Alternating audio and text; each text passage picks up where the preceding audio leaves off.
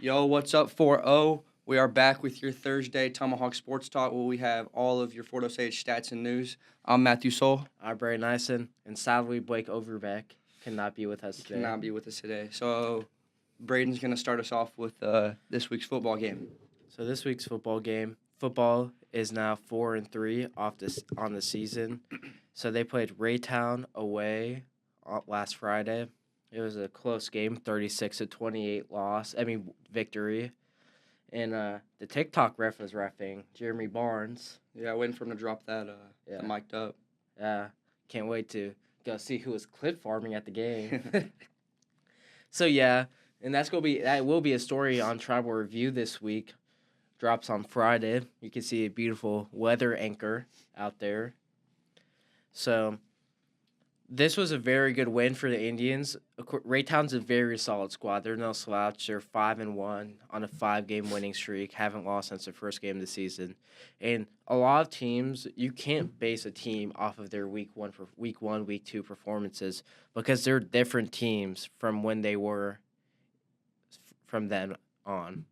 So the first play of the game, Indians get a little shocker. It was a first play kickoff return touchdown for the Raytown Blue Jays. But the Indians immediately recovered and bounced back from that, scoring a beautiful, long, sustained drive. And I feel like that was kind of the big difference throughout the game.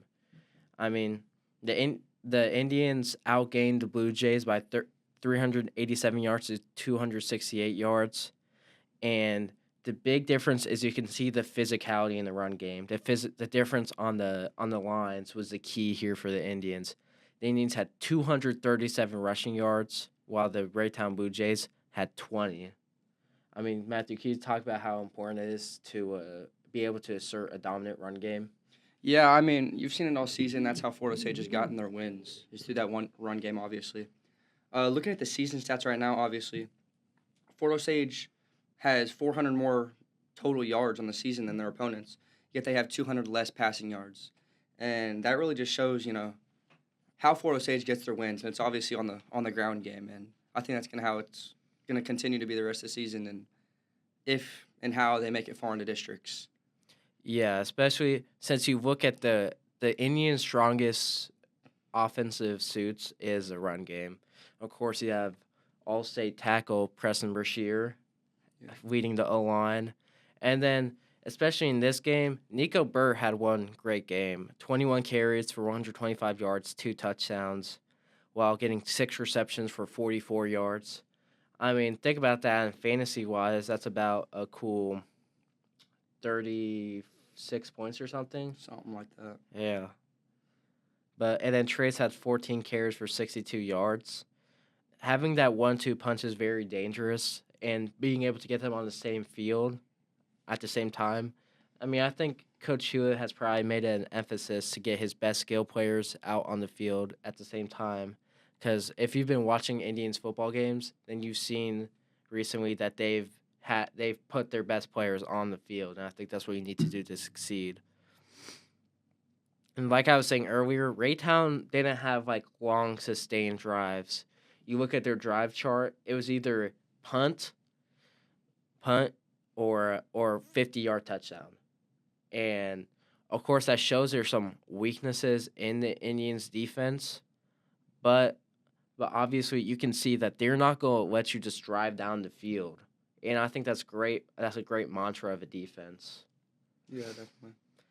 And so I'd say a defensive highlight would probably be freshman Maurice Whitley. He got his first interception on the first drive. I think that's a huge possession changer because because the Raytown was already scored that long kickoff return. So if they get that, the Indians respond back, and then they throw like a deep bomb to make it 14-7. I think that changes the tone of the game to more of a shootout, sort of, not being a game where I feel like the Indians controlled pretty handily.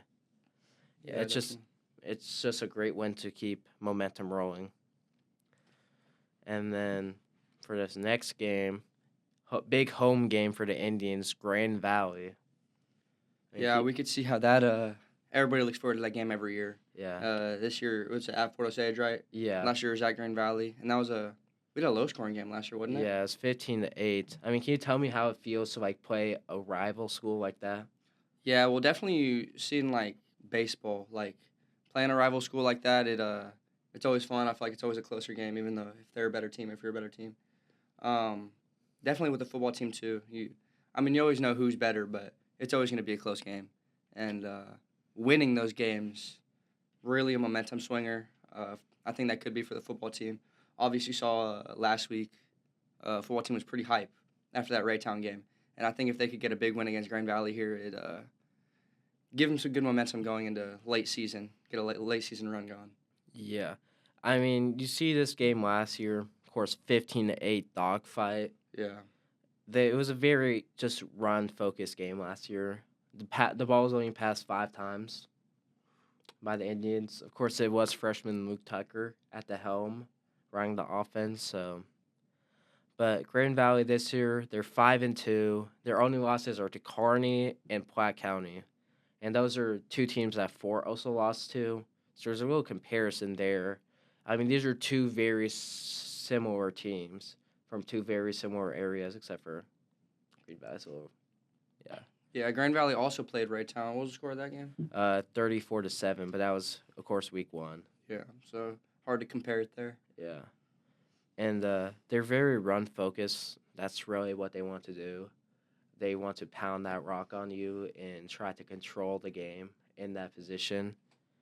And they are an explosive offense, even though they are run focused. They scored over 40 points 4 times in the last 5 games. The only time they didn't was to Kearney, who is ranked number 1 in Class 4.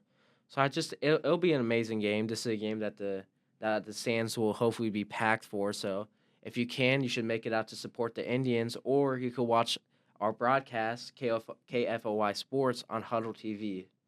Yeah. Moving on Moving on from that, I'm just going to list some season stats. 7 games through the season. Leading passer is Jonathan Ross. So far in the season, he has a 62% completion rate with 764 yards and an 8-3 touchdown interception ratio. So even though we're run heavy, you could see pass game isn't the worst. It's efficient, right? Yeah. Even though they're not passing a lot, but the pass game is efficient. Yeah, John Ross is a guy that definitely keeps the offense running. He encourages everyone there, and he's just a great guy. Yeah, looking at about over 10 yards per completion, so not too bad there. And then leading rusher, you got Trey Smith, 372 yards, 72 carries, 4 touchdowns, 0 fumbles. So, I mean, and that's just one of the rushers who he's been limited this year. And the dominance there, And then leading receiver, you got Nick Penniman, 330 yards, 22 catches, 3 touchdowns. So, good stats going into Week 7, and hopefully they can capitalize on these last couple games. Yeah, especially I don't know if we had a receiver that's had like over 500 yards. Yeah. Since my freshman year. Leading tackler on defense will be Braxton Nunez with 18 tackles in the season. One interception. I think that's I feel like he's probably been replaced by now. No, maybe those stats are real. It just says on Huddle. Yeah, but of course losing Braxton was a key loss for the Indians. It's been very interesting to see how the defense has developed since his loss. Following him is Mac Etheridge with 17 tackles, 9 solo tackles, 8 assists. Yeah. So moving on, I think we're going to talk about soccer. So they had a huge win against Truman. Was that last night or the other night? Monday night, yeah. Monday night, yeah. 3-2 win, regular game. Truman 11-4 I think they were number 1 in the conference following that game or prior to that game. Big win, obviously a tight conference race. I think the Indians have moved between 1 and 3 back and forth the last 2 weeks. And their last 3 wins have really solidified them in that top 1 or 2 spot. Grand Valley and double OTs. What was that? Last Thursday? Yeah. Yeah, double OTs last Thursday. Huge win right there. I mean. And you really see the rivalry in soccer this year, beating Grand Valley and PKs. first time they played them, and then beating Green Valley in double OTs. You know, Yeah, and then Green Valley has been on a great yeah, run since that first game, yeah. since that first game. They beat Boostering South, beat Truman. They destroy Ruskin, destroy Platte County, destroy Raytown. Their only loss is a PK loss to a very good Smith Cotton team, and then they lose in double OT to Fort Osage. I mean, and then the story about that game is probably Blake Overbeck, honestly. Yeah, he has really these last two games. He's honestly put the team on his back when it comes to Yeah. scoring these goals. He scored a late PK, I believe, against Green Valley to tie it up before the end of regulation, and that's very clutch. He's moved. I think one thing that's so impressive about him is that he's moved from all around the field. He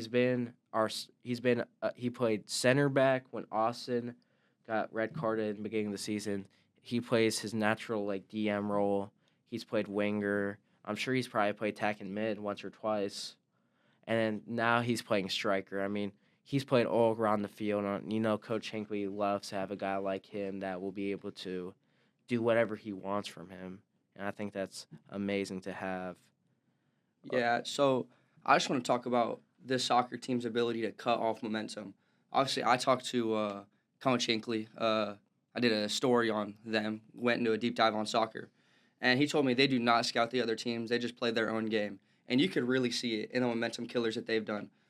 Like Truman, they've won, 5 of their last 6 prior to that game. And their only loss is Van Horn, 1-7 loss, who obviously 13-1. Not a lot of teams are beating Van Horn. And Fort Osage just stomps on that momentum, right? Same thing with Grain Valley. What'd they win? What'd you say? Like 6 in a row? Yeah, like 6 out of 7 Oh yeah, or something like that. 6 out of their last 7. And winning double OTs to Grain Valley, like killing that momentum for a huge conference like opponent there, that makes all the difference in the world. And then let's see, is that tonight? Truman versus Grain Valley. So we'll see how that goes. That will also have a big say in the standings for conference. Yeah, but I think the biggest game in terms of conference will be this Fort Osage versus Belton matchup. Yeah, that'll be the big decider. I believe they're both tied for number 1 in the conference. And this is just a huge game, especially since last time the Indians took a 1-0 loss. And this was a game that they easily could have won, but they have to convert their opportunities.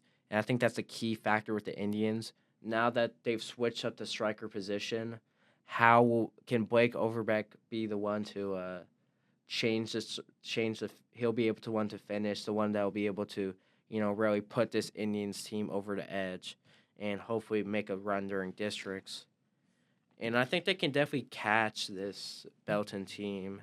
It's a team that hasn't really played to their best standards since that Fort Osage game. Of course, losing to Truman double OTs, going double OTs with Ruskin right after, and then losing to Green Valley just recently. So if they can catch Belton and not their best form, I think that'll be a very key win for them. Yeah. Also, shout out Finn Snowden. Against Truman, had a big goal, put them in the lead, gave them that 3-2 win. So, honestly, soccer has had a phenomenal season. So hopefully they can capitalize on these last 5 games, win a conference title, and hopefully go far in some district games this year. Yeah, especially. And now we move on to volleyball, who's in the midst of a great season themselves. So I believe they're 20, 10, and 1, if I'm not mistaken. So they have played 20, 11, and 2. So they played a very I'm looking at the wrong score, my bad. They played a very good season so far. They're 20, 10, and 1, I'm pretty sure, yeah. They're 20, 10, and 1. They played a great season so far, but it's important for them to continue to end out the season. They had a tough loss last Thursday against Grain Valley. Tough 1-3 loss. I mean, and then they traveled to Platte County yesterday as we're recording this. Traveled to Platte County, take a tough 0-3 loss. I think it's important knowing that they face a formidable opponent in Blue Springs a week from Thursday.